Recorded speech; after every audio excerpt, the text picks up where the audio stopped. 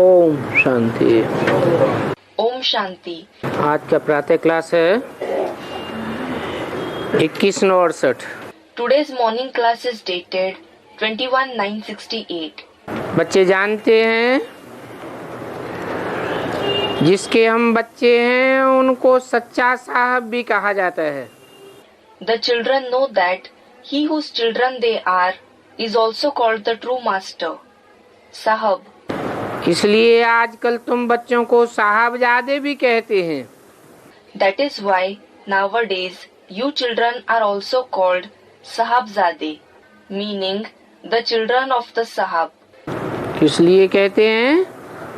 Why are we called this? कि हम सच्चे साहब के बच्चे हैं। It is because we are the children of the true master. सच के ऊपर भी एक पोरी है। There is also a saying regarding truth. कहते हैं ना, सच खाना सच पहनना। It is said you should eat and wear clothes in a true way, isn't it? बल ये तो बात है मनुष्यों की बनाई हुई है, परंतु ये बाप बैठ समझाते हैं। Although these topics are made by human beings, the father sits and explains them. और बच्चे जानते हैं कि ऊंचे ऊंचे एक ही बाप है जिसकी बहुत महिमा है। And the children know that only the one father who is praised a lot is the highest on high. जिस बाप को रचयिता भी कहते हैं। That father is also called the creator. अब ये तो समझाया गया है, पहले पहले है बच्चों की रचना, क्योंकि बाप के बच्चे हैं ना। Now it has been explained that first the creation of children takes place because they are the children of the father, aren't they? और सभी आत्माएं बाप के साथ ही रहते हैं। And all the souls stay only with the father. उनको कहा जाता है बाप का घर, sweet home. That is called the father's home, sweet home. ये दुनिया कोई स्वीट होम नहीं है। This world is not a sweet home. बच्चों को मालूम है वो हमारा स्वीटेस्ट बाप है और स्वीट होम है शांति धाम।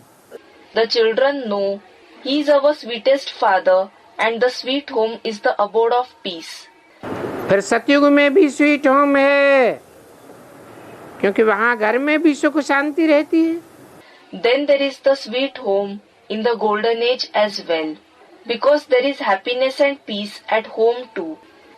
यहाँ तो घर घर में भी अशांति है, Here there is restlessness in every home. तो दुनिया में भी अशांति है। So there is restlessness in the world too. घर में लौकिक माँ बाप के पास रहते हैं तो भी अशांत है। They are restless despite staying at home with their Laukik parents. तो दुनिया में भी अशांत है। So people in the world are also restless. और वहाँ तो घर में भी शांति तो दुनिया में भी शांति। And there is peace in the home as well as in the world. सतयुग को नई छोटी दुनिया कहेंगे। The golden age will be called a new small world. और ये पुरानी दुनिया तो देखो कितनी बड़ी है। And just look how big this old world is. और ये नॉलेज बच्चों को ही मिलती है। Only the children receive this knowledge. बाहर वाले तो कुछ भी इन बातों को जानते ही नहीं है। The outsiders don't know anything about this at all. बाप बैठ समझाते हैं। The father sits and explains. सतयुग में आत्माएं भला शरीरधारी है तो भी वहाँ सुख शांति है। In the golden age, although the souls have a body, there is happiness and peace there. कोई हंगामा की बात नहीं है। There is no question of chaos. क्योंकि बेहद के बाप से शांति का वर्षा मिला हुआ है। Because they have inherited peace from the unlimited Father. आशीर्वाद देते हैं ना, पुत्रवान भव, आयुष्मान भव। They give blessings. Be blessed with a child. May you live long. Don't they? ये कोई आशीर्वाद देते नहीं है।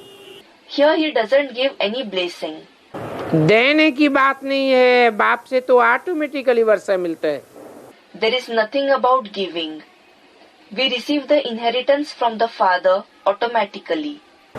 अभी तुम बच्चों की ये सभी बातें स्मृति में आई है और बाप ने स्मृति दिलाई है।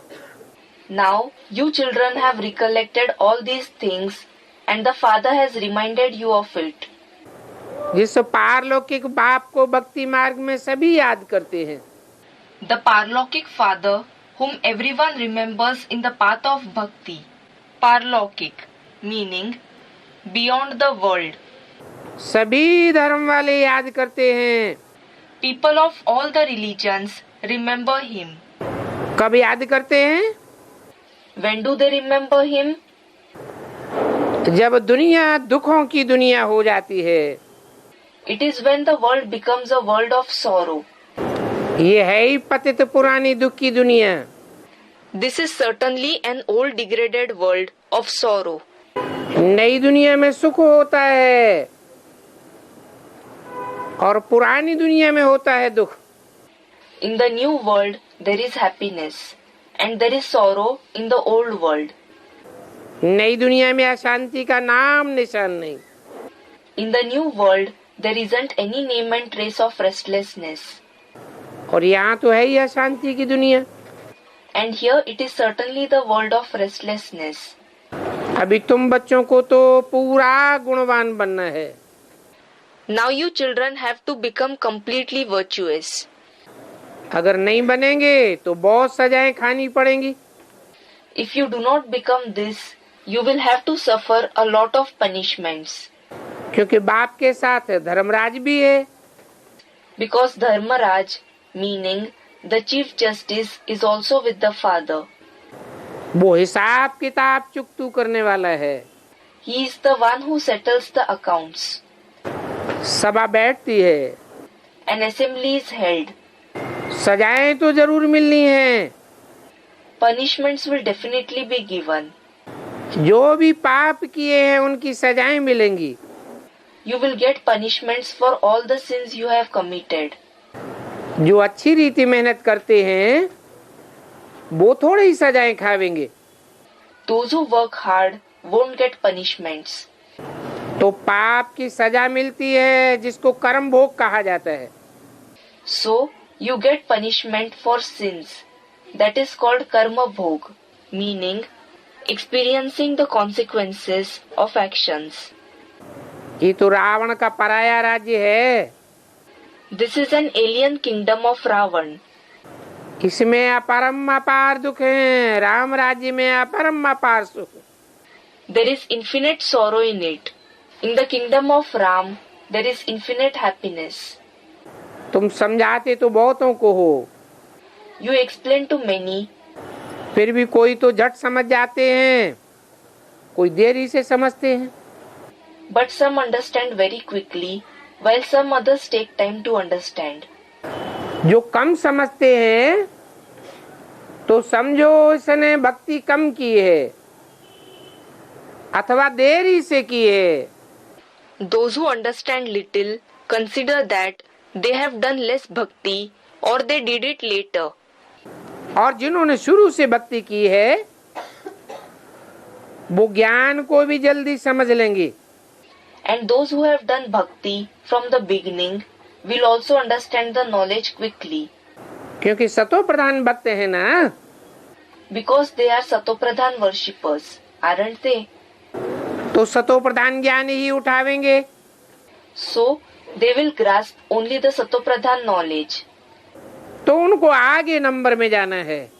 They have to go ahead. ये तो बच्चे समझ गए हैं कि वो है आत्माओं का sweet silence home. The children have understood that is the sweet silence home of the souls. हम उस घर से यहाँ आए हैं। We have come here from that home. Silence movie और टाकी silence, movie, meaning movements, and talkie, meaning speech. बच्चे ध्यान में जाते हैं तो सुनाते हैं कि वहां मूवी चलती है। When children go in trance, they report that there is a movie there. परंतु उस मूवी का ज्ञान मार्ग से कोई ताल्लुक नहीं है। But there is no connection of that movie with the path of knowledge. बाप ने समझाया है, मुख्य बात है अपन को आत्मा समझ बाप को याद करो। The father has explained the important thing is to consider yourselves a soul and remember the father. बस, और कोई बात नहीं। That's all. There is nothing else. बाप निराकार, बच्चे अर्थात आत्मा भी शरीर में निराकार। The father is incorporeal. The children, meaning the souls in the body, are also incorporeal. और तो कोई बात उठती नहीं। No other question arises. गोद में जाना, भाखी आदि ये कुछ भी नहीं है। There is nothing like going on the lap, hugging, etc. ये तो सिर्फ लव की कशिश करते हैं, परंतु वो भी दबा देना चाहिए। He just attracts with love, but you have to suppress that too. आत्मा का लव तो एक परमपिता परमात्मा के साथ है। The love of the soul is with the one Supreme Father, Supreme Soul. क्योंकि जानते हो ये शरीर तो सभी पतित हैं। Because you know that all these bodies are impure. तो पतित शरीरों से लव क्या रखना? So why should we love impure bodies? भला आत्मा पावन बन जाती है, परंतु शरीर तो पतित है ना। Although the soul becomes pure, the body is impure, isn't it? इस पुरानी पतित दुनिया में शरीर पावन बनता ही नहीं। In this old impure world, the body doesn't become pure at all. क्यों? Why? कोई कारण होगा? There will be some reason. क्योंकि पुरानी पतित दुनिया कहा ही उसको जाता है जिसकी पॉपुलेशन बहुत ज्यादा है। Only the world which is highly populated is called the old impure world. ढेर के ढेर मनुष्य हैं, There are innumerable human beings. सब तमो प्रधान। All are tamo pradhan. उनकी वाइब्रेशन भी तमो प्रधान, वाचा भी तमो प्रधान, Their vibrations as well as their speech is tamo pradhan. कर्मेंद्रियां और उनके कर्म भी तमो प्रधान। Their karmendriya as well as their actions are tamo pradhan. Karmendriya, meaning parts of the body used to perform actions. तो पांच तत्व भी तमो प्रधान बनते हैं। So, the 5 elements also become tamo pradhan. और पांच तत्वों से, तमो प्रधान तत्वों से ये दुनिया बनी हुई। And this world is made of the 5 elements, the tamo pradhan elements. तो ऐसी दुनिया में पावन शरीर कहाँ से आवेंगे? So, how will pure bodies come in a world like this? हाँ, Yes, आत्मा को पावन यहाँ बनना है। the soul has to become pure here. आत्मा पावन बनती जाएगी और शरीर सड़ते जाएंगे। The soul will continue to become pure and the body will continue to decay. आत्मा में ज्ञान के फोर्स से उमंग उत्साह बढ़ता जाएगा। Zeal and enthusiasm will keep increasing in the soul with the force of knowledge. तो इस पुरानी दुनिया में आत्मा को पावन बनना है। So, the soul has to become pure in this old world. और पतित शरीरों का क्या होगा? And what will happen to the impure bodies? पतित शरीरों का जो 5 पतित तत्वों के बने हुए हैं उनका विनाश हो जाएगा. The impure bodies that are made of the 5 impure elements will be destroyed. आत्मा तो अविनाशी है, शरीर विनाशी है. The soul is certainly indestructible. The body is destructible. आत्मा का काम है बेहद के बाप को याद करना और पावन बनना. The duty of the soul is to remember the unlimited Father and to become pure. परंतु आत्मा जब पवित्र है तो शरीर भी कैसा चाहिए? But when the soul is pure, what kind of a body does it need? शरीर भी पावन चाहिए. A pure body is needed as well. परंतु वो शरीर, पावन शरीर पावन दुनिया में ही मिलेगा. But that body, the pure body, will be obtained only in the pure world. इस पतित दुनिया में तो मिल नहीं सकता. It can't be obtained in this impure world. और ये शरीर तो पावन हो न सके. And this body cannot be pure. ये पतित पुराना शरीर है. This is an impure old body. आत्मा भल पावन बन जाए, Even though the soul becomes pure, क्योंकि आत्मा को तो एक परमपिता परमात्मा के साथ ही योग लगाना है. because the soul has to have yoga only with the one Supreme Father, Supreme Soul. बस. That is all. तो भाकी आदि की बात उड़ जाती है.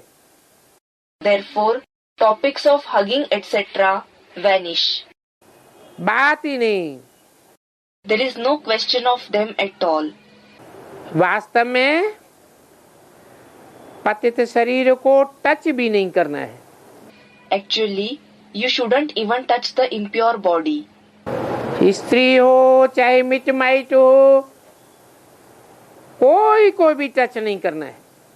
Be it your wife or friends and relatives, you shouldn't touch anyone.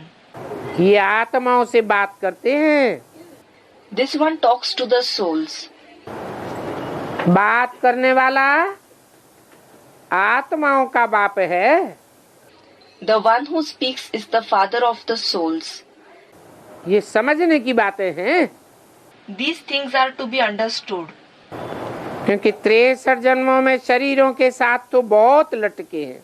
Because we have clung to the bodies a lot in the 63 births. सतयुग से लेकर के कलयुग तक भी कहेंगे कि शरीरों के साथ लटके. From the golden age till the iron age, it will be said that we clung to the bodies.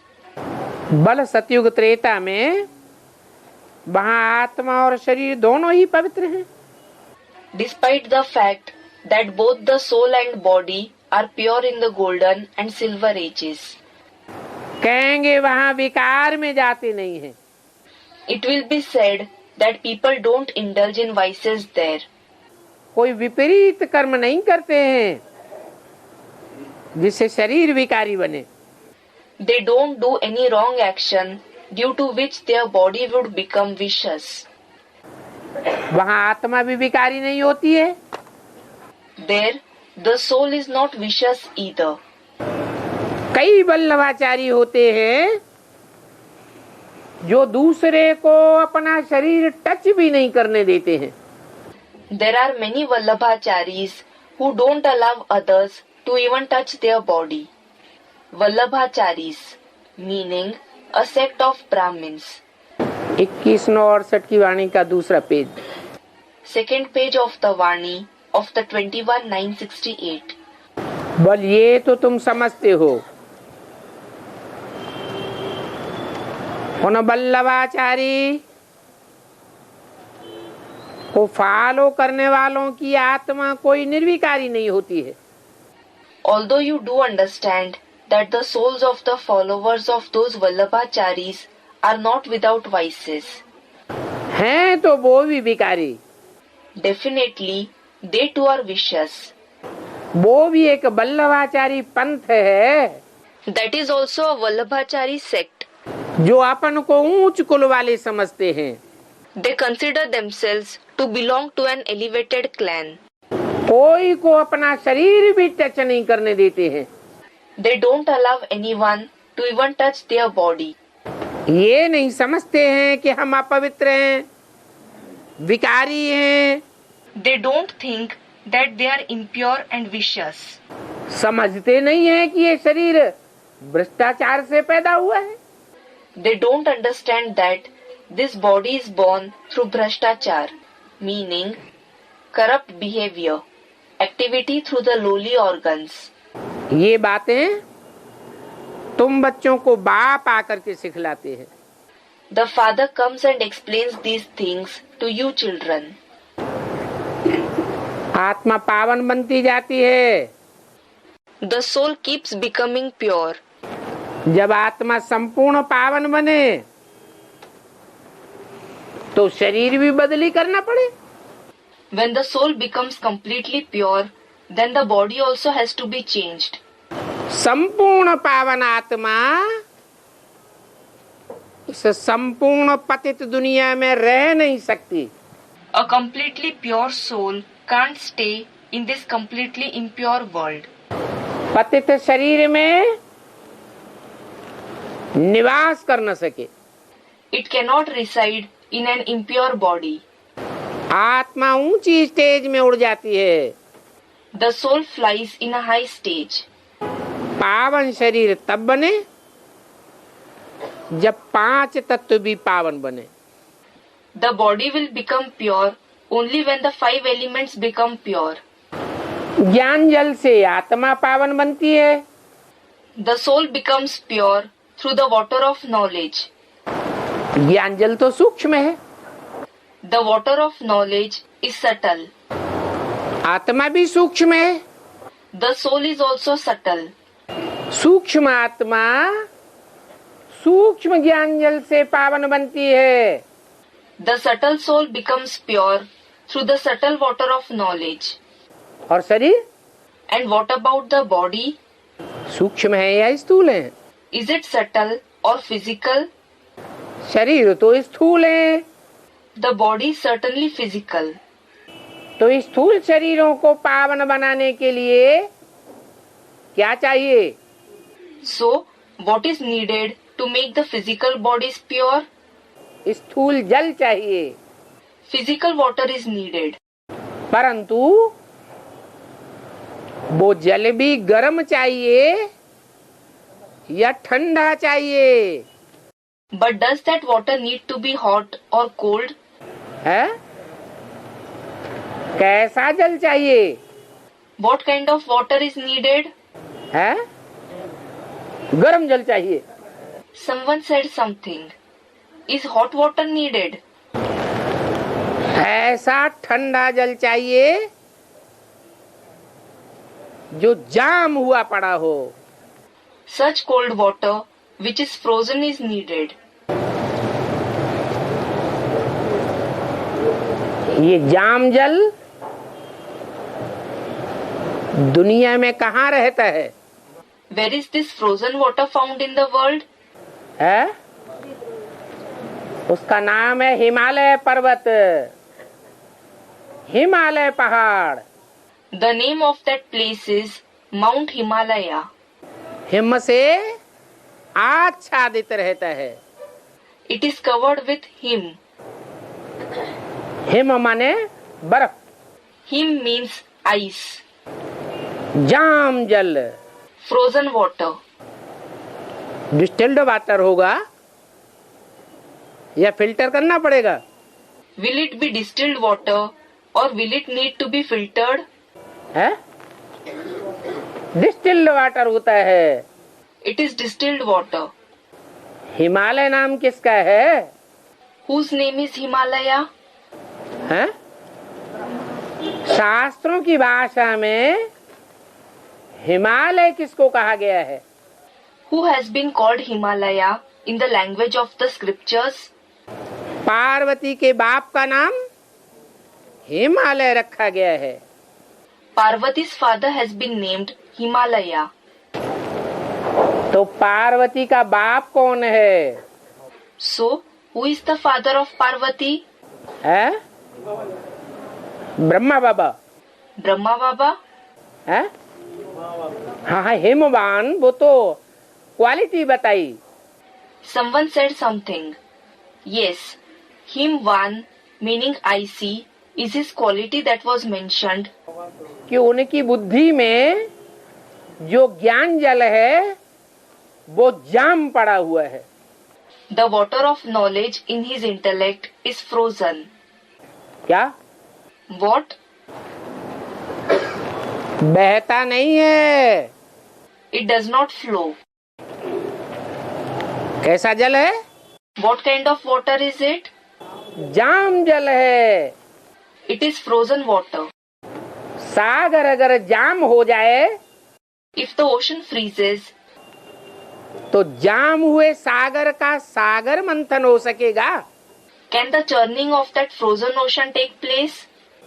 है? नहीं हो सकेगा। It can't. पहले तो बर्फ तोड़नी पड़े, First, the ice has to be broken. छीर छीर करना पड़े। It will have to be crushed.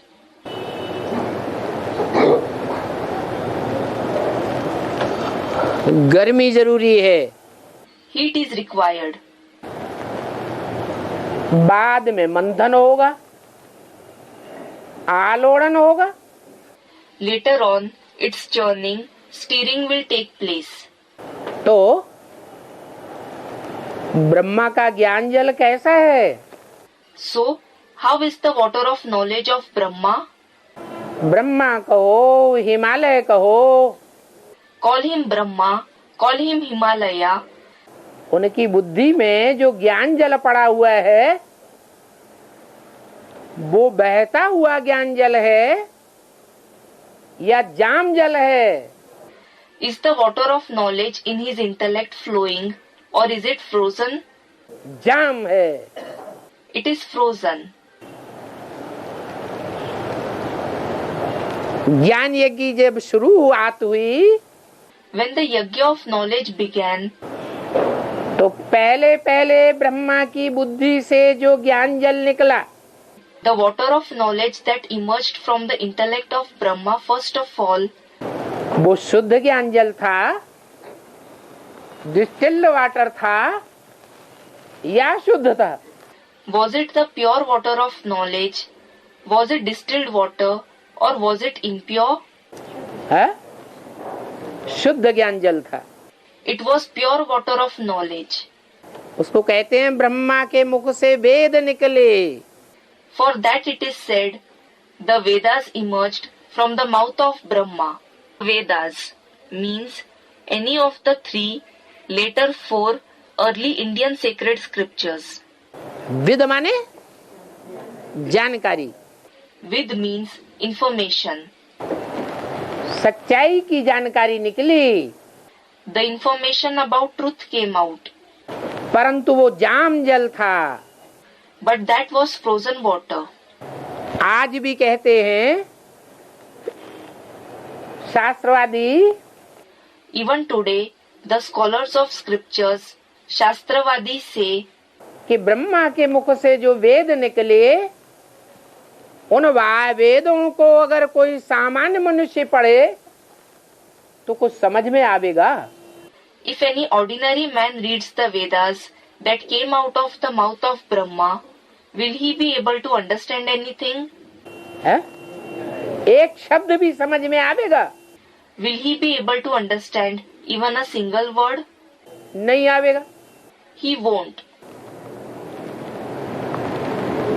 तो ऐसे ही यज्ञ के आदि में Likewise, in the beginning of the yajna, Brahma के मुख से जो ज्ञान जल निकला वो शुद्ध डिस्टिल्ड वाटर था। the water of knowledge that came out from the mouth of Brahma was pure distilled water. वेदवाणी थी। It was the Vedvani. उस वेदवाणी की बाद में व्याख्याएं हुई। Interpretations of that Vedvani were done later. एक एक शब्द को हिज्जे हिज्जे किया जाता है, Each and every word is explained in detail. तोड़ा जाता है। It is split. तब ज्ञान जल बनता है बहता हुआ। Then it becomes the flowing water of knowledge. बर्फ ऊपर पहाड़ों पर, और बहता जल कहाँ जाएगा? Ice is formed at a high altitude on the mountains. And where will the flowing water go? ऊपर जाएगा नीचे जाएगा? नीचे जाएगा। Will it go upwards or downwards? It will go downwards. तो बोला, So it was said, दुनिया की हर चीज 4 अवस्थाओं से पसार होती है। everything in this world passes through 4 stages. सतो प्रधान, सतो सामान्य, रजो और तमो। सतो प्रधान, सतो सामान्य, रजो and तमो. तो ज्ञान जल भी 4 अवस्थाओं से बदलता रहा। This is why the water of knowledge also kept changing while passing through the 4 stages. बदलते बदलते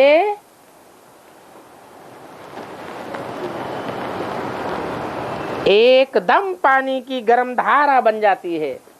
In the course of changing, it becomes a completely hot stream of water. फायदा किससे होता है? From what do we gain benefit? ठंडे पानी से फायदा होता है? Do we gain benefit from cold water? हाँ, कहते हैं Yes, it is said, कि जब चोट लग जाती है, if someone gets hurt, कोई को अंदर ही नहीं चोट लगे या बाहर की चोट लगे, if someone has an internal or external injury, घायल हो जाता है, if he is wounded, तो दवाइयाँ उस समय ज्यादा अच्छा असर करती है या जाम हुआ पानी ज्यादा अच्छा असर करता है? do medicines prove more effective at such time, or is frozen water more effective? बर्फ अच्छा असर करती है। Ice is more effective. तो इस दुनिया में मनुष्य भी और उनके शरीर सबसे जास्ती घायल कब होते हैं? So, in this world, when do human beings and their body become badly wounded? संगम युग के आदि में घायल होते हैं, क्षत विक्षत होते हैं, Do they become wounded and severely injured in the beginning of the confluence age, या संगम युग के अंत में होते हैं? or in the end of the confluence age? हैं? जब संगम युग का अंत आता है, When the end of the confluence age comes, जब आत्माएं ज्ञान जल से सात्विक बन जाती हैं, when the souls become sattvic, meaning pure, sato pradhan, with the water of knowledge, आत्माएं शरीर को छोड़ देती हैं, the souls leave their body. क्योंकि दुनिया के ज्यादा से ज्यादा शरीर क्षत विक्षत हो जाते हैं। Because most of the bodies in the world become severely injured. बुरी तरह से टूट जाते हैं। They are badly damaged. उनमें से भी जो कम सजाएं खाने वाले शरीर हैं, वो कम से कम सजाएं खाने वाले, Even among them, the bodies that suffer few punishments, कम से कम क्षत विक्षत होने वाले शरीर, the bodies that are least injured, जिनके सुधरने की गुंजाइश होती है, जीवित रह जाने की गुंजाइश होती है, for those there is a possibility to improve, to remain alive. मृत प्राय से जीवनधारी बन जाते हैं। They become alive from being almost dead. उनकी संख्या कितनी होती है? How many are they in number? है? अरे कोई 8 बताता, कोई 4 बताता। अरे, students said something. Some say 8, some say 4. 4.5 lakh. They are 450,000. 4.5 lakh में भी बहुत थोड़े से ऐसे हैं। Even among the 450,000, very few are such.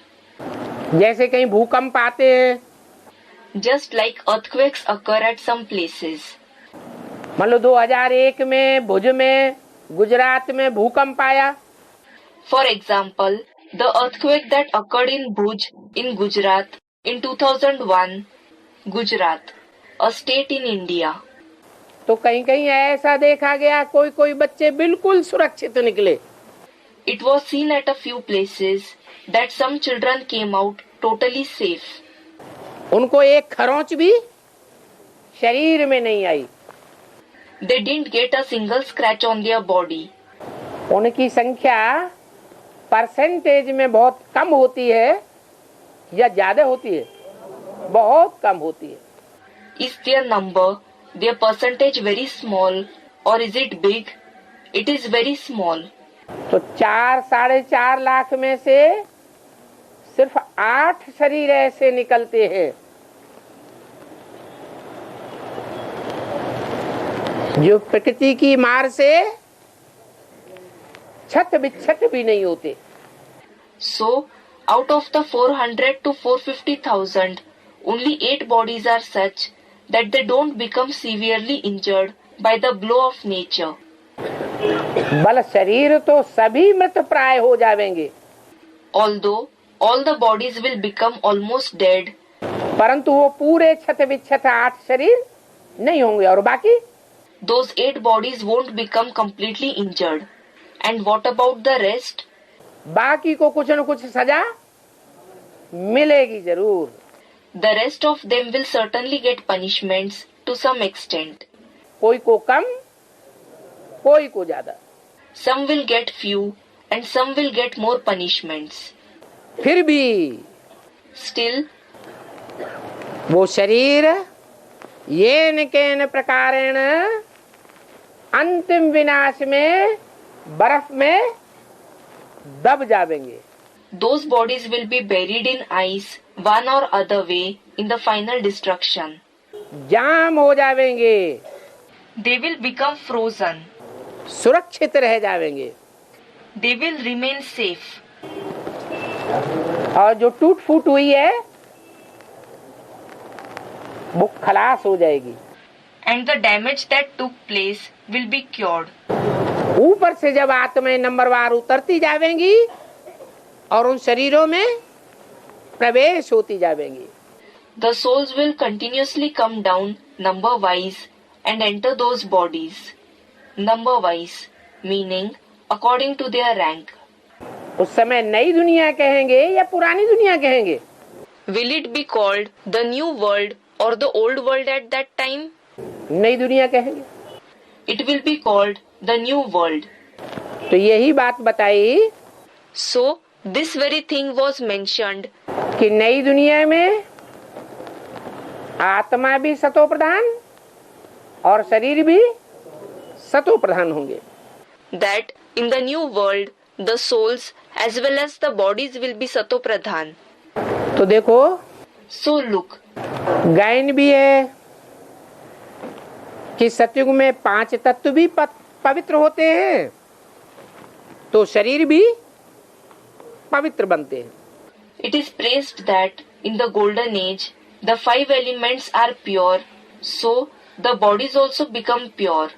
कहते हैं कि देवताएं पतित शरीर पर और पतित धरनी पर पांव नहीं धरते हैं। It is said the deities don't place their feet on impure bodies and impure land. ये बुद्धि रूपी पांव हैं। This is the foot-like intellect. मन बुद्धि को ही आत्मा कहा जाता है। The mind and intellect itself is called a soul. उनकी आत्मा और शरीर पावन होते हैं। Their soul and body are pure. इसलिए वे सतयुग में ही पांव रखते हैं। That is why they place their feet only in the golden age. थोड़ी भी पुरानी दुनिया होगी, Even if the world is slightly old, मान लो एक जन्म बीत गया तो उनको देवताएं नहीं कहेंगे। suppose one birth passed away, then they won't be called deities. ये है पतित दुनिया। This is an impure world.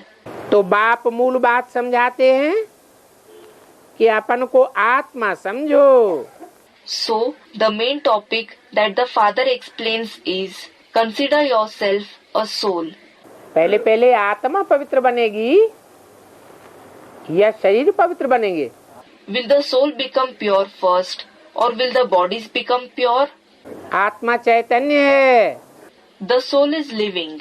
आत्मा चैतन्य होने के कारण ज्ञान जल को धारण करती है। Since the soul is living, it assimilates the water of knowledge. शरीर तो जड़ है। The body is non-living. जड़ शरीर की पवित्रता जड़ पानी से ही होगी। The body that is non-living will become pure only through the non-living water. परंतु संगम के आदि में जो पानी की स्थिति थी, अंत में भी जो आदि में, सो अंत में स्टेज बनेगी। But the stage of the water in the beginning of the confluence age will be the same in the end too. As is the stage in the beginning, so will it be in the end as well. आत्मा बाप को पुकारती है। The soul calls the father. शरीर का लौकिक बाप भी होता है। There is the Lokik father of the body too. फिर भी हर आत्मा उस पारलौकिक बाप को याद करती है। Yet every soul remembers that Parlokik father. लौकिक बाप तो सबको होते हैं, फिर भी सब किसे याद करते हैं? Everyone has a Lokik father, yet whom do all remember? पारलौकिक बाप को याद करते हैं। They remember the Parlokik father. वो होता है शारीरिक बाप, That one is the bodily father, और वो होता है आत्माओं का बाप। and that one is the father of the souls. जो शारीरिक बाप है वो सबका अलग अलग होता है। Everyone has a different bodily father. कहेंगे हद का बाप या बेहद का बाप? Will he be called the limited father or the unlimited father? जो अलग अलग बाप होता है उसको क्या कहेंगे? हद का बाप। What will the different fathers be called? The limited father. और शरीरों का एक बेहद का भी बाप है। And there is also an unlimited father of the bodies. वो है आदम, Adam, Adidev, Prajapita. He is Adam, Adidev, Prajapita. वो वेद का शारीरिक बाप है। He is the unlimited bodily father. कहेंगे जीवधारियों का बाप। He will be called the father of the living beings. और वो है अशरीरी बाप बेहद का। कौन? And that one is the unlimited bodiless father. Who? परमपिता परमात्मा Shiv. The supreme father, supreme soul Shiv. तो अशरीरिक बाप को भी याद सो जरूर करते हैं। So they definitely remember the bodiless father too. भी क्यों लगा दिया? Why was two added? है? दो भी चाहिए, The other one is also required. क्योंकि उनसे ऐसा जरूर सुख मिला है जो याद करने बगैर रह नहीं सकते। It is because they have certainly received such happiness from him that they can't stay without remembering him. कैसा सुख मिला है? What sort of happiness have they received? है वो सुख सतयुग का है, त्रेता का है, द्वापर का है, कलयुग का है या संगम युग का है? Does that happiness belong to the golden age, the silver age, the copper age, the iron age or the confluence age? संगम युग का ऐसा सुख मिला है जो याद करने बगैर रह नहीं सकते। They have received such happiness in the confluence age that they can't stay without remembering him. भले इस समय तमो प्रधान बने हैं, Although they have become tamopradhan at this time, तो भी उस बाप को याद जरूर करते हैं।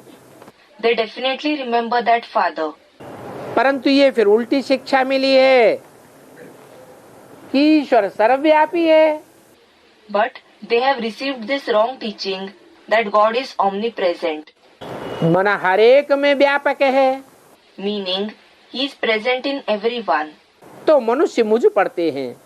So people become confused. अब एक व्यापी है या सर्वव्यापी है?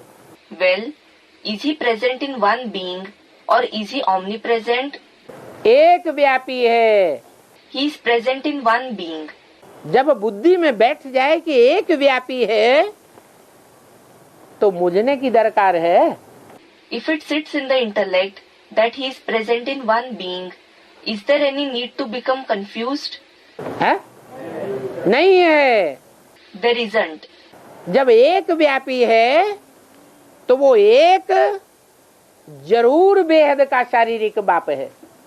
If he is present in one being, that one is definitely the unlimited bodily father. वो अनेक नहीं हो सकते, He can't be many. सर्व नहीं हो सकते। He can't be everyone. सर्व में वो आत्माओं का बाप व्यापक नहीं हो सकता। That father of the souls can't be present in everyone. मुझने की बात ही नहीं। There is nothing to become confused at all. और मनुष्य तो मनुष्य ही बनते हैं। And the human beings become only human beings. ये भी एक भ्रांति और फैली हुई है। क्या? This is yet another delusion that has spread. What? कि मनुष्य कुत्ता, बिल्ला, पशु, पक्षी, कीट योनियों में भी जाता है। That human beings go into species like dog, cat, animals, birds and insects too. नहीं, No, ये सब भूले हैं जो मनुष्यों की बहलाई हुई भूले हैं। all these are the mistakes that have misled the human beings. तो ये भूले भी बाप ही आकर के समझाते हैं। So, the father himself comes and explains these mistakes. कि वास्तव में मनुष्य आत्मा 84 लाख योनियों में नहीं जाती है। He explains that actually a human soul doesn't go into 8.4 million species. फिर ये भ्रांति कैसे फैल गई? Then how did this delusion spread? 84 lakh योनियों में तो जरूर नहीं जाती है, It definitely doesn't go into 8.4 million species.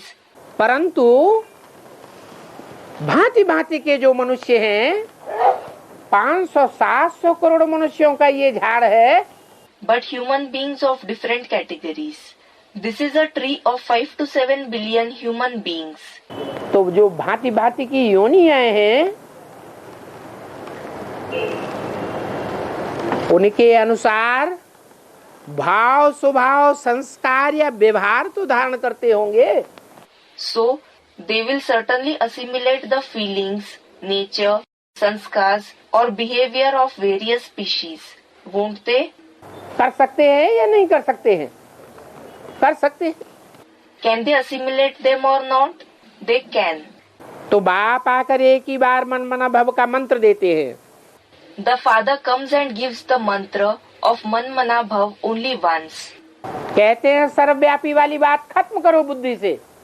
He says, remove the subject of omnipresence from your intellect.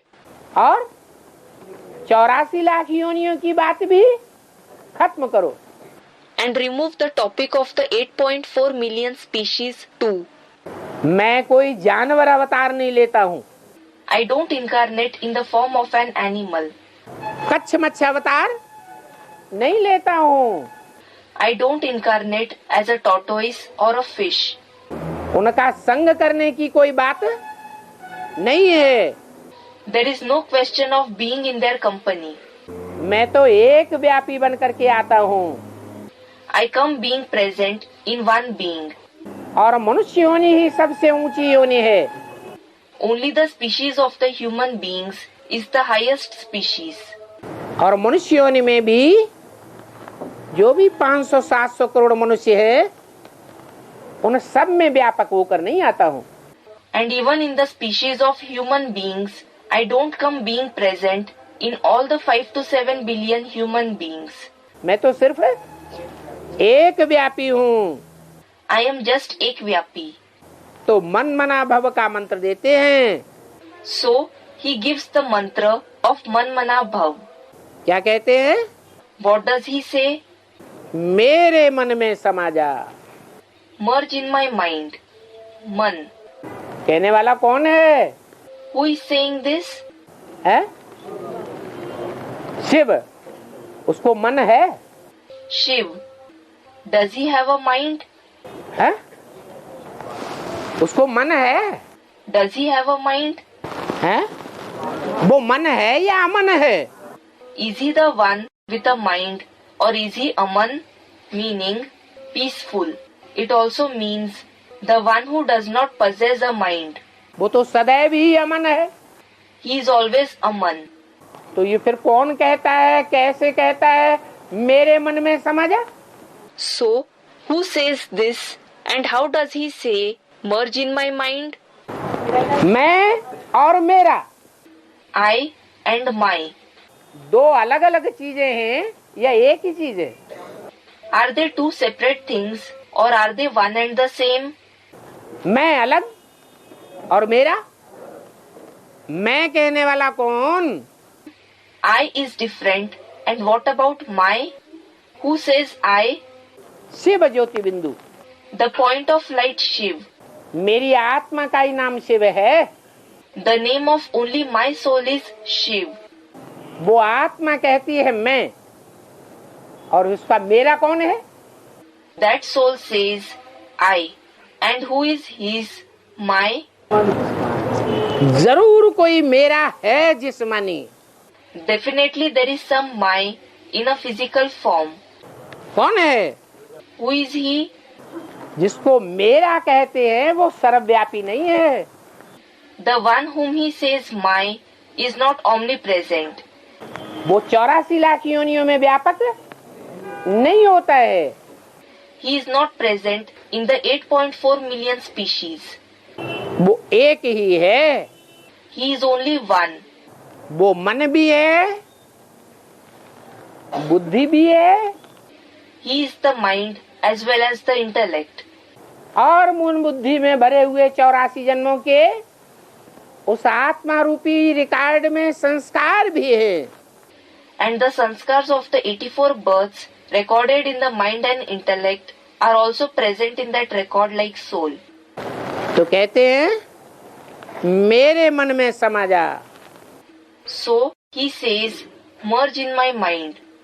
मन वो अव्वल नंबर ब्रह्मा है। It means he is the number one Brahma. मन क्या है? What is the mind? मन है Brahma. The mind is Brahma.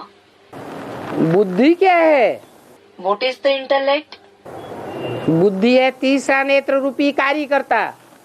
The intellect is the third eye-like worker. मन है पहला कार्यकर्ता। The mind is the first worker. और विष्णु है? विष्णु है तीसरा कार्यकर्ता, परिवर्तन शक्ति। And Vishnu is the third worker, the power of transformation. तो ये नहीं कहा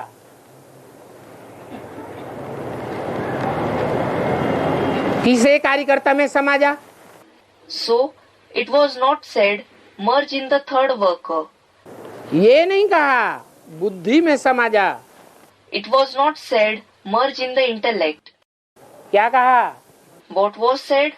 मन में समा जा। merge in the mind. बुद्धि में समा जा क्यों नहीं कहा?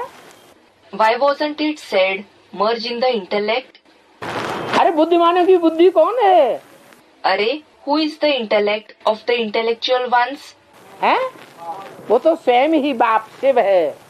The Father Shiv himself is that. अगर ये कहें कि मेरी बुद्धि में समा जा तो वो तो 5000 साल ऊपर बैठा रहेगा। If he says merge in my intellect, he will stay above for 5000 years. तो बुद्धि में समा जाने वाले भी कहाँ बैठ जाएंगे? So, where will those who merge in the intellect also sit? 5000 साल परम धाम में बैठते रहेंगे। They will sit in the supreme abode for 5000 years. ये नहीं कहा बुद्धि में समा जा, It wasn't said merge in my intellect मेरी संस्कार शक्ति में समा जा। or merge in my power of sanskars. क्या कहा? What was said? मेरे मन में समा जा। Merge in my mind. तो मन के रूप में पार्ट बजाने वाली आत्माएं मुख्य रूप से टोटली कितनी हैं? So mainly, how many souls play a role in the form of the mind? 5 आत्माएं हैं जो विष्णु की 4 भुजाओं के रूप में दिखाई जाती हैं। There are 5 souls who are shown as the 4 arms of Vishnu. और उन 4 भुजाओं को संचालन करता एक चलाने वाला है। And there is one controller of the 4 arms, the one who operates them. 5 ही पहले मन का रूप है।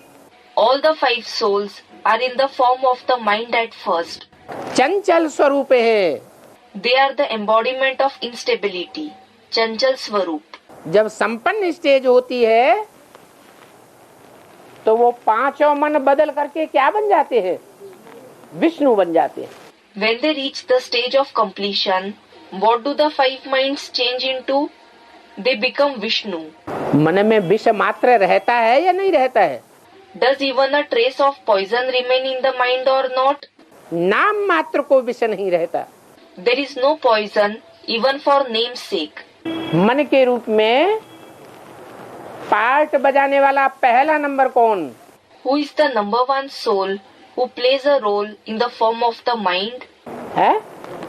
कौन सा ब्रह्मा? ब्रह्मा तो अनेकों के नाम हो गए। Someone said Brahma. Which Brahma? Many have the name Brahma. Prajapita Brahma. It is Prajapita Brahma. तो बोला कि बाप एक ही बार आकर के मन मना भव का मंत्र देते हैं। So it was said the Father gives the mantra of Manmana Bhav only once when he comes. ये महामंत्र है। This is a great mantra. तो महामंत्र का अर्थ भी चाहिए। So the meaning of that great mantra is also needed. ये सिर्फ मंत्र नहीं है। क्या है? महामंत्र है। It is not just a mantra. What is it? It is a great mantra. तो उसका अर्थ भी महान होगा या छोटा मोटा होगा? So will its meaning also be great or will it be minor? महान अर्थ है। Its meaning is great. इसलिए बाप कहते हैं अपन को आत्मा समझ, मुझ बाप को याद करो बस। That is why the Father says, consider yourself a soul and remember me, the Father. That's it. आत्मा समझो। Consider yourself a soul. इसलिए वेदों में एक ऋचा आई है। This is why there is a verse in the Vedas. आत्मा क्या है? What is the soul? वेद कब बने? When were the Vedas made? सतयुग में, त्रेता में, द्वापर में, कलयुग में कब बने? Were they made in the Golden Age, the Silver Age, the Copper Age, or the Iron Age? When were they made? द्वापर में बने। जब द्वैतवादी युग शुरू हुआ तो वेद बने, शास्त्र बने। They were made in the Copper Age. When the age of duality began, the Vedas and scriptures were made. तो उन वेदों में ही लिखा हुआ है, एक ऋचा में ये आया है। So it is written in those Vedas themselves. Here is a verse. Richa. मनरेव आत्मा. Manareva Atma, meaning the mind itself is the soul. क्या? मन ही आत्मा है. What? The mind itself is the soul. बुद्धि ही आत्मा है. संस्कार शक्ति ही आत्मा है, ये नहीं कहा. क्या कहा? मनरेव आत्मा. It was not said the intellect itself is the soul or the power of the sanskars itself is the soul. What was said? Manareva Atma. तो अपन को आत्मा समझो. So, consider yourself a soul. कि मैं आत्मा मनस्वरूप ब्रह्मा का रूप हूँ. Think, I the soul am the form of the mind, the form of Brahma. मुझे ब्रह्मा सो क्या बनना है? What should I become from Brahma? Vishnu समान बनना है. I have to become like Vishnu. बस That is all. यही धुन लगी रहे जिससे तुम पावन बन सकेंगे. You should have only this obsession through which you can become pure.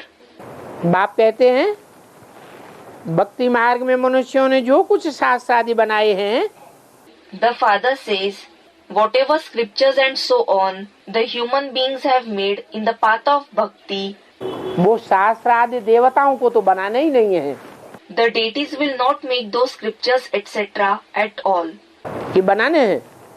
Or will they make them? हैं? क्यों नहीं बनाने हैं? Student, they won't. Why won't they make them? हैं? नहीं. Someone said something. No. इसलिए नहीं बनाने हैं कि देवताओं का मन अमन हो जाता है. They will not make them because the mind of the deities becomes aman. द्वापर युग जब शुरू हुआ तो मन चलायमान हुआ. When the copper age began, the mind became inconstant. सतयुग त्रेता में मन चलायमान नहीं होता. In the golden and silver ages, the mind isn't inconstant. तो जो चलायमान होता है उसको कहा जाता है मन. That which becomes inconstant is called the mind. अगर चलायमान नहीं है, अमन है, तो या तो देवता है या तो भगवान है. If it is not inconstant, if he is aman, then he is either a deity or God. भगवान का मन चलायमान होता है? नहीं. Does the mind of God become inconstant? No. न देवताओं का मन चलायमान होता है, Nor does the mind of the deities become inconstant. मनुष्यों का मन चलायमान होता है. इसलिए उनका नाम ही क्या रखा? मनुष्य. The mind of the human beings becomes inconstant. This is why what have they been named? Manushya, meaning human beings. तो देवताओं को शास्त्र आदि कुछ भी नहीं बनाना है. So, deities will not make any scriptures and so on. क्योंकि उनको मन चलायमान होता ही नहीं. Because their mind doesn't become inconstant at all. देवताओं को कोई ज्योतिषी आदि भी नहीं कहा जाता है. Deities aren't called astrologers etc. either. क्या? What? क्यों भविष्य की बातों की गणना करें, पास्ट की बातों की गणना करें? So that they would analyze the events of the future and the past. Past के जीवन को, फ्यूचर के जीवन को देखें. So that they would observe their life in the past and the future. ऐसा उनको कोई ज्योतिषी भी नहीं बनना है. They will not become such astrologer either. वो तो देवता ही है और कोई नाम ही नहीं. They are just deities. They have no other name. देवी देवताएं हैं क्योंकि दिव्य आत्मा है. They are deities because their soul is divine. Divya शरीर हैं, Their body is divine. देवताई गुण वाले हैं, They possess divine qualities. पवित्र आत्माएं हैं. They are pure souls. अभी बाप आकर फिर से तुमको ऐसा पवित्र देवता बनाते हैं. Now, The Father comes and makes you a pure deity like this again. तुम्हारे सामने तुम्हारी एम ऑब्जेक्ट रख देते हैं। He keeps your aim and objective in front of you. क्या है aim object? What is the aim and objective? नर से नारायण बनना है, नारी से लक्ष्मी बनना है। You have to become Narayan from man and Lakshmi from woman. बुत बनाने वाले होते हैं ना? There are those who make idols, aren't there? मनुष्य की सूरत देख करके झट बुत बनाई देते हैं। They immediately make an idol seeing a person's face. रेखा चित्र खींच देते हैं, They draw his outline. चित्रांकन कर देते हैं। They paint the pictures. चित्र देखने से ही मनुष्य की पहचान हो जाती है या नहीं? Is a person recognized just by looking at the picture or not? हो जाती है। मूर्ति देखने से ही पहचान हो जाती है। He is recognized just by looking at the idol. तो मनुष्य का सूरत देख झट उनका बुत बनाए देंगे। So they will immediately make an idol seeing the face of human beings. जैसे कि वो जीता जागता सामने बैठा है, ऐसे बुत बनाए देते हैं। They make such idols that it appears as if he is sitting alive in front of us. तो अभी बाप तुमको क्या बनाते हैं? So what does the Father make you now? बुत बनाते हैं या चैतन्य बनाते हैं? Does he make your idol or does he make you into living deities? बाप तो तुमको चैतन्य देवता बना देते हैं, The Father makes you into a living deity. जड़ बुत नहीं बनाते हैं। He doesn't make a non-living idol. क्या बनाते हैं? What does he make? चैतन्य देवता बनाए देते हैं। He makes you into living deities. वो तो जड़ बुत हो जाता है। That is a non-living idol. यहाँ बाप तुमको कहते हैं कि तुमको ऐसा लक्ष्मी नारायण जैसा चैतन्य बनना है। Here, the Father tells you, you have to become a living deity like these Lakshmi Narayan. अब कैसे बनेंगे? Well, how will we become that? है? मनुष्य से देवता कैसे बनेंगे? How will we become a deity from a human being? है? मन में जो संकल्प विकल्पों की सरणी चलती है, The series of positive and negative thoughts that emerge in the mind, उन संकल्प विकल्पों को क्या करें? what should we do to those positive and negative thoughts? हैं? वो संकल्प विकल्प की लहर जो चलती रहती है उसको जाम कर दें। We should freeze the waves of positive and negative thoughts that keep rising. जाम करने का मतलब नील नहीं, To freeze them doesn't mean going into nil. क्या कर दें? What should we do? स्थिर कर दें। We should stabilize them. तो तुम मनुष्य से देवता बन जाएंगे। Then you will become a deity from a human being. मन एकाग्र करने की बात है। It is about concentrating the mind. तो कैसे ऐसे चैतन्य में लक्ष्मी नारायण बनेंगे? So, how will you become like this living Lakshmi Narayan? क्या जवाब आया? What answer did you get? ये जो पढ़ाई है वो राजयोग की पढ़ाई है। This is the study of Raj Yoga. इसमें राज भरा हुआ है। It is full of secrets. चंचल मन को एकाग्र कैसे किया जाए, ये राज भरा हुआ है। How to concentrate the inconstant mind. This secret is contained in it, meaning Raj Yoga. वो साधु सन्यासी, वो गुरु लोग तो शरीरों की एकाग्रता सिखाते हैं। Those sages and sannyasis, those gurus, teach the concentration of the body. आसन सिखावेंगे, प्राणायाम सिखावेंगे। They will teach asanas, meaning yogic postures, breathing exercises, pranayam. लेकिन बाप क्या सिखाते हैं? But what does the Father teach? ये देह के योग नहीं सिखाते हैं, क्या सिखाते हैं? He doesn't teach the yoga of the body. What does he teach? मन रूपी आत्मा को कैसे स्थिर किया जाए। He teaches how to make the mind like soul stable. इस बात की ये पढ़ाई है। This study is about this. और ये पढ़ाई प्योरिटी धारण करने से आएगी। And this study will be possible by assimilating purity. जितना अपन को पवित्र बनाते जावेंगे, The more you make yourselves pure, जितना ऊंची स्टेज में अपन को पवित्र बनावेंगे, the higher the stage in which you make yourselves pure, उतना ये पढ़ाई की प्रारब्ध प्राप्त करते जावेंगे। you will keep attaining the fruit of the study to that extent. ये स्कूल है मनुष्य से देवता बनने का। This is the school in which a human being becomes a deity. क्या? What?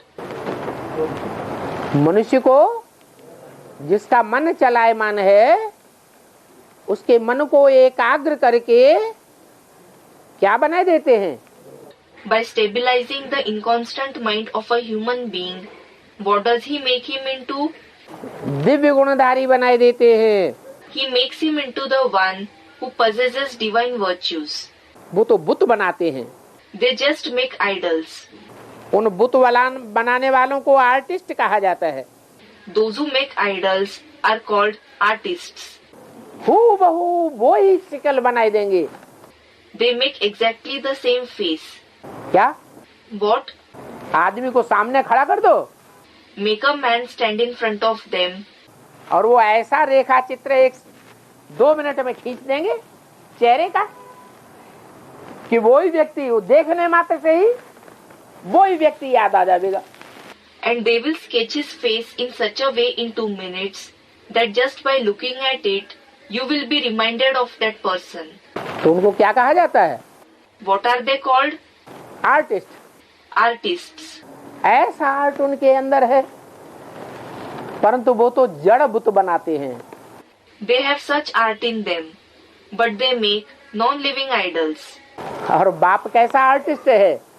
And what kind of an artist is the father? है चैतन्य चित्र बनाता है और एक नहीं बनाता है। He makes living pictures, and he does not make just one picture. है कितने बनाता है? How many pictures does he make? ढेर के ढेर बनाता है। He makes innumerable pictures. वो आर्टिस्ट तो थोड़े चित्र बनाते होंगे, वो भी जड़ चित्र है। Those artists will make few pictures, and that too, they will make non-living pictures. तो इसमें हूबहू की बात नहीं है। But it is not about making exactly the same face in this knowledge. ये तो जड़ चित्र है। These are non-living pictures. वहाँ तो तुम नेचुरल चैतन्य बनेंगे। There you will become natural, living pictures. 5 तत्व का चैतन्य शरीर होगा। You will have a living body made of 5 elements. ये तो जड़ चित्र मनुष्यों का बनाया हुआ है। This non-living picture is made by human beings. कौन सा? Which one? ये लक्ष्मी नारायण जो चित्र है, किसका बनाया हुआ है? Who has made this picture of Lakshmi Narayan? है? मनुष्यों का बनाया हुआ है। Human beings have made it. और वो चैतन्य चित्र होंगे लक्ष्मी नारायण या लक्ष्मी नारायण जैसे, वो किसके बनाए हुए होंगे? And the living pictures of Lakshmi Narayan or the pictures similar to them, who would have made them? है? बाप के बनाए हुए चित्र हैं। They are the pictures made by the Father. ये जड़ चित्र हूबहू तो नहीं हो सकते। These non-living pictures can't be exactly the same as the deities. जो लक्ष्मी नारायण का चित्र है, सतयुग में जैसे लक्ष्मी नारायण होंगे, In this picture of Lakshmi Narayan, are their face like that of the golden age Lakshmi Narayan? यह संगम युग में जैसे उनके चित्र होंगे, जैसा उनका हूबहू चेहरा होगा, वैसा ही चेहरा है क्या ये? Or will their face be exactly the same as their picture, their face in the confluence age? वो तो हो नहीं सकता, That is not possible. हूबहू नहीं हो सकता, It can't be exactly the same. क्योंकि देवताओं का फोटो तो निकल ही नहीं सकता। Because photos of deities can't be taken at all. समझो अर्जुन को चतुर्भुज का साक्षात्कार हुआ। For example, Arjun had the vision of the four-armed Vishnu. अब उस चतुर्भुज का जिसका साक्षात्कार हुआ उसका कोई फोटो निकाल सकता है? Now, can someone take a photo of that four-armed Vishnu whose vision he saw? है? नहीं निकाल सकता। They can't. वो तो जिसने साक्षात्कार किया वो ही जाने, Only the one who had a vision can know it. दूसरा कोई नहीं जान सकता। No one else can know about it. कहेंगे हमने ऐसा दीदार किया, They will say, we had such vision. चित्र तो बना ही नहीं सकेंगे, They won't be able to make its picture at all. न वो खुद बना सकेंगे न कोई और बना सकेगा। Neither can they themselves make it, nor can anyone else make it. खुद ऐसा तब बनेंगे जब बाप से नॉलेज लेकर के पूरी करेंगे। They themselves will become that only when they take knowledge from the Father and complete it, meaning their spiritual effort. तब हूबहू कल पहले मिसल बनेंगे। Then they will become exactly like what they were in the previous cycle. तो देखो ये कैसा कुदरती वंडरफुल ड्रामा है। So look how natural and wonderful this drama is. बाप बैठिए कुदरती बातें समझाते हैं। The Father sits and explains these natural things. मनुष्यों को तो ये बातें ख्याल में भी नहीं रहती हैं। Human beings don't have these things even in their thoughts. कि मनुष्य से देवता कैसे बनेंगे, How they will become deities from human beings. आत्मा पवित्र बन जाएगी ज्ञान से, वो तो ठीक, It is correct that the soul will become pure through knowledge. परंतु शरीर कैसे बनेंगे? But how will the bodies become pure? ज्ञान से शरीर पावन बन जाएंगे क्या? Will the bodies become pure through knowledge? फिर तो कहें Then it should be said, क्या what? कि गंगा स्नान करने से आत्मा और शरीर दोनों पवित्र बन जाएंगे। That both the soul and the body will become pure by bathing in the river Ganges, meaning Ganga. तो उन्होंने तो शरीर की बात उठाई ली, They picked the topic of the body. वास्तव में है आत्मा और शरीर दोनों को पवित्र बनने की बात। In reality, this is about making both the soul and the body pure. तो मनुष्यों को ये बातें ख्याल में नहीं आवेंगी। So, human beings will not have these things in their thoughts. बाप ही आकर के बताते हैं। क्या बताते हैं? The Father himself comes and says these things. What does he say? है? कि आत्मा पावन तो बनेगी आत्मिक स्मृति से, ज्ञान से। That the soul will certainly become pure through the remembrance of the soul, through knowledge. परंतु शरीर कैसे पावन बनेंगे? But how will the bodies become pure? वो तथाकथित ब्राह्मणों ने तो व्याख्या दे दी। Those so-called Brahmins gave the explanation. ऊपर से आत्मा स्टार में सला आवेंगी और नीचे क्या बन जाएंगी? आते ही प्रिंस प्रिंसेस बन जाएंगी। That the star-like souls will come from above, and what will they become as soon as they come down? They will become princes and princesses. अब ऐसा हो सकता है क्या? Well, is this possible? है? ये नहीं हो सकता। This is not possible. ये तो बाप ही बैठ समझाते हैं। क्या? Only the Father sits and explains this. What? कि मनुष्य से देवता और देवताई शरीर कैसे बनेंगे? How human beings will become deities and how the bodies will become divine. ये बाप के सिवाय और कोई नहीं समझा सकता। ये भी एक बाप की पहचान है क्या? No one other than the father can explain this. This is also a point for the recognition of the father. What? ये ज्ञान बाप ही आकर के बता सकते हैं। The father alone can come and narrate this knowledge. बाप कुदरती बातें बैठ बताते हैं, नेचुरल बातें बताते हैं। The father sits and explains natural things. मनुष्य तो अननेचुरल बातें बताते रहते हैं। Human beings keep saying unnatural things. मनुष्य को तो ये बातें ख्याल में नहीं रहती, उन्होंने आगे जाकर के माथा टेकते हैं। Human beings don't have these things in their thoughts. They go in front of them, meaning deities, and bow their head. समझते हैं ये देवताएं राज्य करके गए हैं।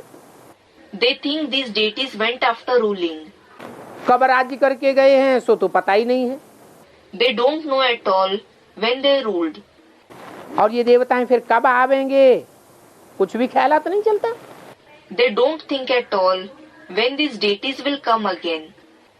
अभी तुम तो जानते हो ये सूर्यवंशी ये चंद्रवंशी जो हो करके गए हैं बहु फिर से ऐसे बनेंगे जरूर। Now you know that those who were Suryavanshis and Chandravanshis will definitely become like this again. Suryavanshis meaning those who belong to the Sun dynasty. Chandravanshis meaning those who belong to the Moon dynasty. और इस knowledge से ही बनेंगे। And they will become that only through this knowledge. दूसरा कोई तरीका नहीं है। There is no other way. Om Shanti. Om Shanti.